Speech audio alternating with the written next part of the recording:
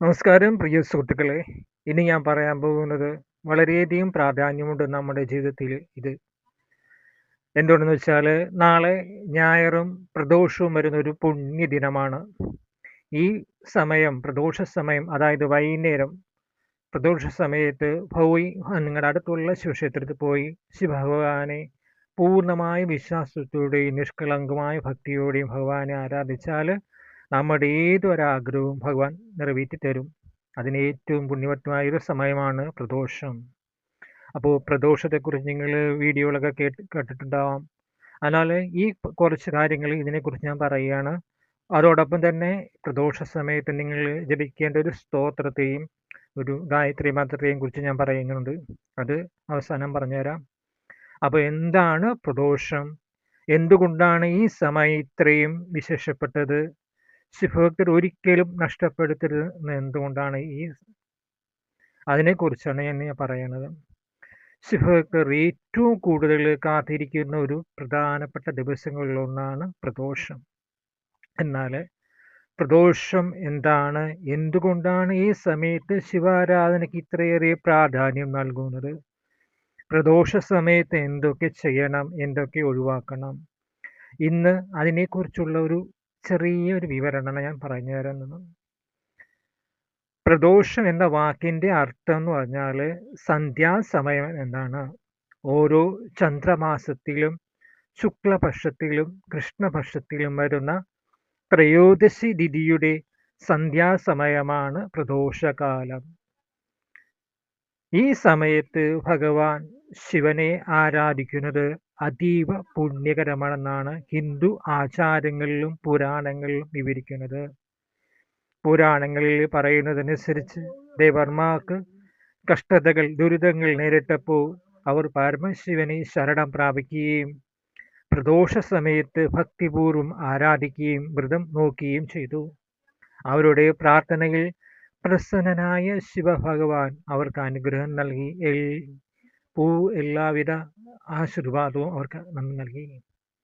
മറ്റൊരു വിശ്വാസം കൂടിയുണ്ട്.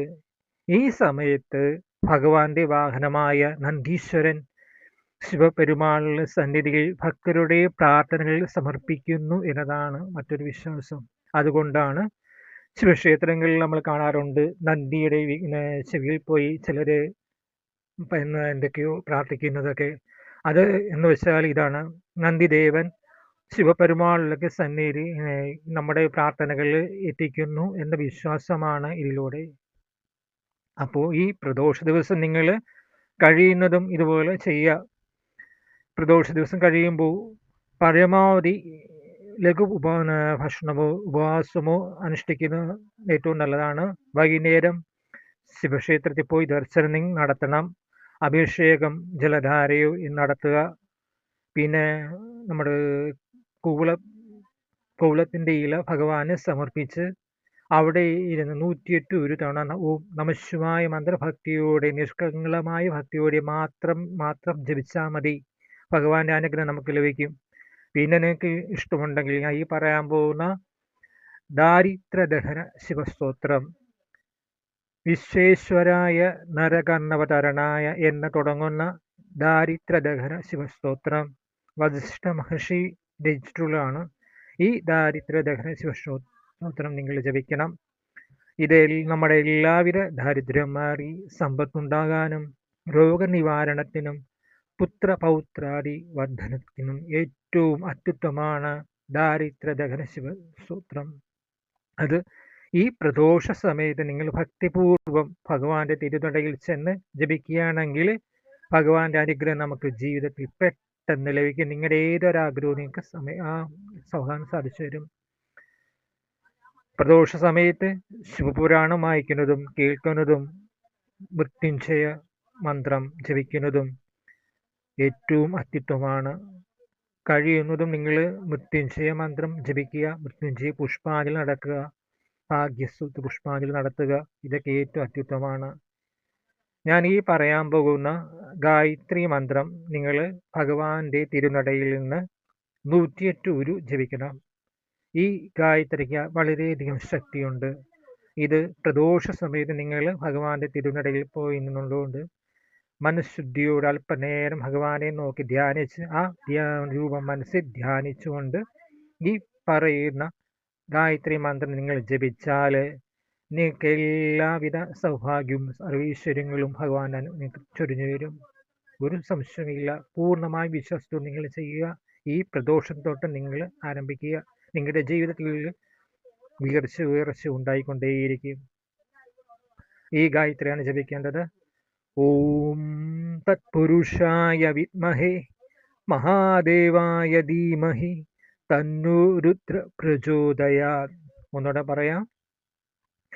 ഓം തത്പുരുഷായ വിദ്മഹേ മഹാദേവായ ധീമഹി തന്നോ രുദ്ര പ്രചോദയാത്. ഈ ഗായത്രി മന്ത്രം നിങ്ങൾ ഭക്തിപൂർവ്വം ഭഗവാനെ മനസ്സിലർപ്പിച്ച് ഈ ജപിക്കുക. നിത്യവും ജപിക്കുകയാണെങ്കിൽ ഏറ്റവും അത്യുത്തമമാണ്. പ്രദോഷ ദിവസം നിങ്ങൾ തീർച്ചയായും നിങ്ങൾ വൈകുന്നേരം ശിവക്ഷേത്രത്തിൽ പോയി അവിടെയുള്ള പൂജ കണ്ടു തൊഴണം, പ്രാർത്ഥിക്കണം. കഴിയുമെങ്കിൽ നിങ്ങൾ ജലധാര നടത്തുക, മൃത്യുഞ്ജയ മന്ത്രം കൊണ്ട് പുഷ്പാഞ്ജലി നടത്തുക, ഭാഗ്യസൂത്ര പുഷ്പാഞ്ജലി നടത്തുക. ഞാൻ നേരത്തെ പറഞ്ഞ ദാരിദ്ര്യദഹന ശിവസ്തോത്രം നിങ്ങൾ ജപിക്കണം. ഇതൊക്കെ ചെയ്തു കഴിഞ്ഞാൽ നിങ്ങളുടെ ജീവിതത്തിൽ ഇപ്പം നിങ്ങൾ അനുഭവിച്ചുകൊണ്ടിരിക്കുന്ന എല്ലാ കഷ്ടതകൾക്കും അറുതി വരുന്നതായിരിക്കും, മാറ്റം വരുന്നതായിരിക്കും. ഇത് നിങ്ങൾ ചെയ്തു നോക്കുക. നിങ്ങൾക്ക് ഉറപ്പായും നിങ്ങളുടെ ജീവിതത്തിൽ മാറ്റം ഉണ്ടാകും. നിങ്ങളത് എപ്പോൾ വേണമെങ്കിലും നിങ്ങൾക്ക് കമൻറ്റ് ചെയ്യാം.